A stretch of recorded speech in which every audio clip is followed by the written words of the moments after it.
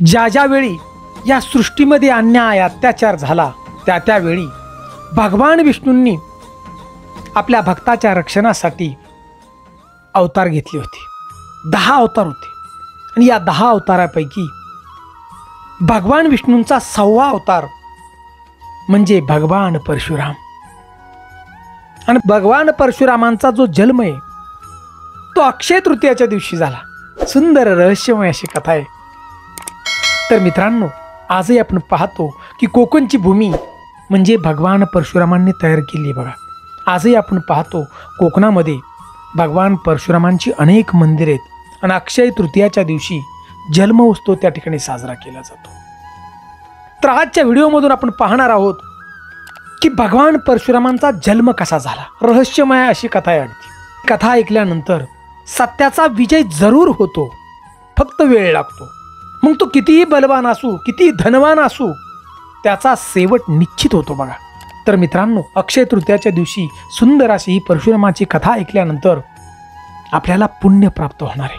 त्यासाठी व्हिडिओ नक्की पहा, अर्धवट सोडू नका। कारण अक्षय तृतीयाच्या दिवशी जे आपण चांगलं काम करू त्याचं फळ हे निश्चित मिळणार आहे आणि ते अक्षय असणार यात शंका नाही। त्यासाठी व्हिडिओ नक्की पहा। मी हनुमंत पवार धारकरी, तुम्ही पाहताय मराठी मोटिवेशनल हिस्ट्री चॅनल। तर मित्रांनो, व्हिडिओच्या शेवटी ओम नमो भगवते वासुदेवाय नमः अशीच कमेंट जरूर करा। कारण अक्षय तृतीयाचा दिवस हा भगवान विष्णू आणि माता लक्ष्मीला समर्पित आहे। भगवान परशुरामांचं जे खरं रूप होतं ते अत्यंत सरळ होतं। बघा, मातृपितृ भक्त त्यांना म्हटलं जातं। भृगकुल उत्पन्न म्हणून त्यांना भारग राम असं सुद्धा म्हटलं जातं। ब्राह्मण असून क्षत्रियांचे सर्व गुण त्यांच्यात होते, म्हणूनच त्यांना शरादपी शापादपी असंही म्हटलं जातं। आणि पुढे नंतर पहा आपण की महेशपती नगरीचा क्षेत्रीय कुल उत्पन्न राजा कृतुवीर आणि राणी राकावती यांना गुरु दत्तात्रय यांच्या कृपेनं पुत्रप्राप्ती झाली आणि त्या पुत्राचं नाव कार्तवीर अर्जुन असं ठेवलं।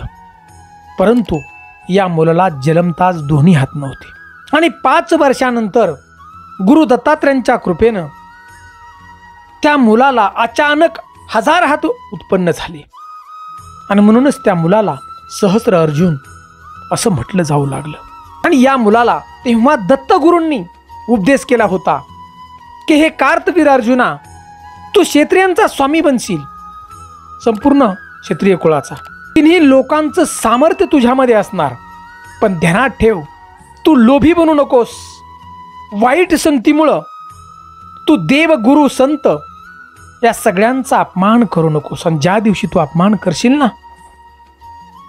साधू संतांना तू ज्या दिवशी त्रास देशील त्यावेळी हे कार्तवीर अर्जुना तुझा शेवट होऊन जाईल रे, आणि तुझा सगळा नाश होईल। तुझ्या राज्याचा तुझा सुद्धा नाश होणार आणि संपूर्ण ह्या क्षेत्रीय कुळाचा सुद्धा नाश होईल।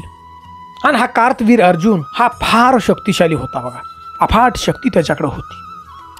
त्यानं लंकेचा राजा रावण आणि या रावणाला त्यांनी बंदी बनवलं होतं या राजाने। बघा, आणि नंतर पुढे रावणाच्या वडिलांनी पवनस्थ ऋषींनी मध्यस्थी केली, या सहस्त्रबाहू अर्जुनाबरोबर गोडगोड बोलले आणि त्यावेळी रावणाची सुटका त्या ठिकाणी केली माफी मागून।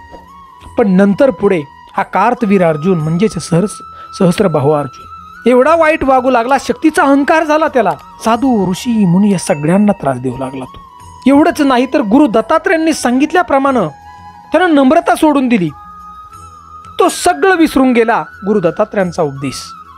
तर या सहस्त्रबाहू अर्जुनानं स्वर्गावरती सुद्धा आक्रमण केलं होतं, इंद्र राजावरती, आणि स्वर्गातली संपत्ती तो लुटू लागला। कारण देवांना तो हरवू लागला, एवढी त्याला ताकद होती। तिन्ही लोकांची ताकद त्याच्याकडे होती गुरु दत्तात्रयांच्या कृपेनं, परंतु त्या ताकदीचा शक्तीचा तो वाईट उपयोग करू लागला। आणि हे सगळं पाहून नारद मुनी सुद्धा आले बघा खाली, त्याला सावध केलं, सांगितलं, परंतु हे सगळं निष्फळ ठरलं।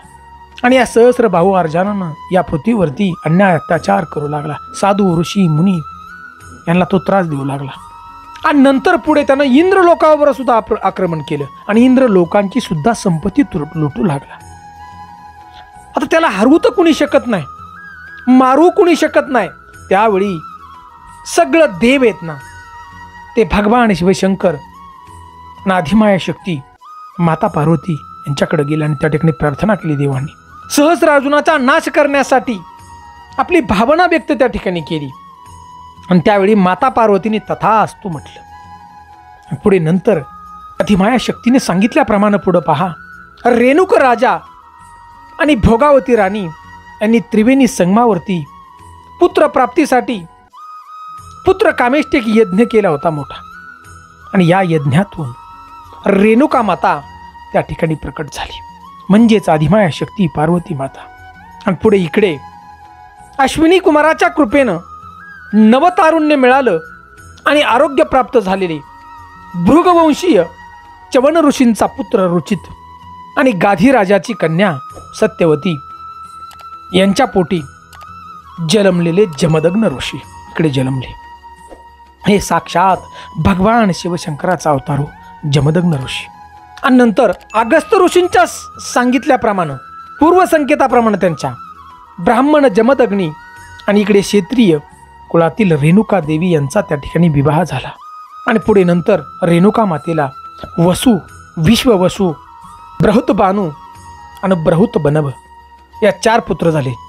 आणि नंतर जमदग्न ऋषींनी भगवान नारायणाची फार मोठी तपश्चर्या केली आणि भगवान नारायणच्या सामर्थ्यानं एक सिद्ध मंत्र त्या ठिकाणी जपला आणि याच्यातून रेणुका मातेच्या पोटी सुंदर असं एक बालक जन्माला आलं.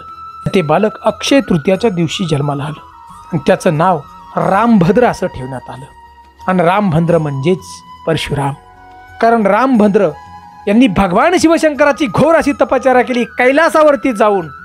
आणि भगवान शिवशंकरांनी त्यांना परशु दिलता, म्हणजे कुऱ्हाड म्हणून त्यांना परशुराम म्हटलं जाऊ लागलं. आणि या अक्षय तृतीयाच्या दिवशी रामभद्र म्हणजेच परशुरामाचा ज्यावेळी जन्म झाला अक्षय तृतीयाच्या दिवशी, त्याच दिवशी कार्तवीर अर्जुनाची राजधानी, या राजधानीचं शिखर फुटलं होतं बघा.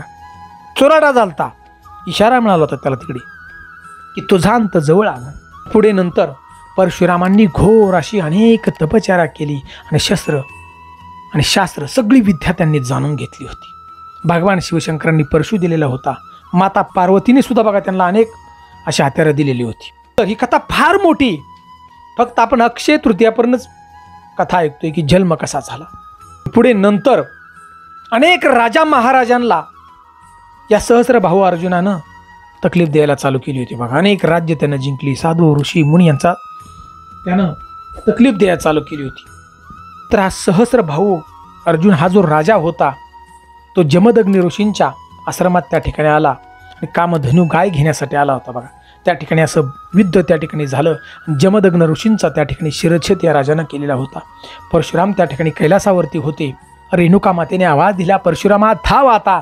त्यावेळेला परशुराम त्या ठिकाणी आले आणि मित्रांनो त्या ठिकाणी शपथ घेतली की क्षत्रिय कुळाचा मी नाश करेल. आणि पुढे नंतर परशुरामानं सहस्रबाहू अर्जुनाचा वध त्या ठिकाणी केलेला होता.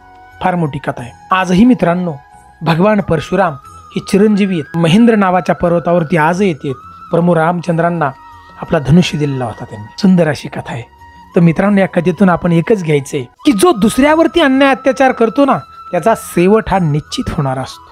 मग तो कुणी असो, किती धनसंपत्ती असो त्याच्याकडं, त्यानं केलेल्या कृत्याचा त्याला हिसाब द्यावाच लागतो. आज सुद्धा कलियुगामध्ये आपण पाहतो असे कित्येक लोक आहेत बघा, अन्याय अत्याचार करतात. त्यांना वाटतं आम्ही पैशानं सगळं करू, परंतु मित्रांनो पैसा आणि काही करू शकत नाही बघा. आता जरी तुम्ही काही करू शकत असताल परंतु सगळ्या गोष्टींचा हिशोब द्यायला लागतो इथंच पाप पुण्याचा, याच जागेवरती. म्हणून मित्रांनो अक्षय तृतीयाच्या दिवशी भगवान विष्णूंची आणि माता लक्ष्मीची आपण जरूर पूजा करा. जरूर मनापासून विश्वास ठेवून आपल्याला पुण्य मिळणार हे निश्चित आहे बघा. आणि हे पुण्य जीवनभर आपल्याबरोबर राहील, जन्मोनी जन्म राहील. किती पुढे जन्म झाले तरी ते पुण्य राहणार आहे. अक्षय तृतीयाच्या दिवशी आपल्या मातापित्यांचं स्मरण करा आणि मातापित्यांच्या नावानं गोरगरिबांना नक्की दान करा. आणि आम्हाला ही माहिती जर आवडली असेल ना तर व्हिडिओच्या शेवटी आम्हाला ओम नमो भगवती वासुदेवाय नमःशी जरूर कमेंट करा. कारण हे शब्द जरी आपण लिहिले तरी सुद्धा बघा आपल्याला पुण्य प्राप्त होईल. जय हिंद, जय महाराष्ट्र.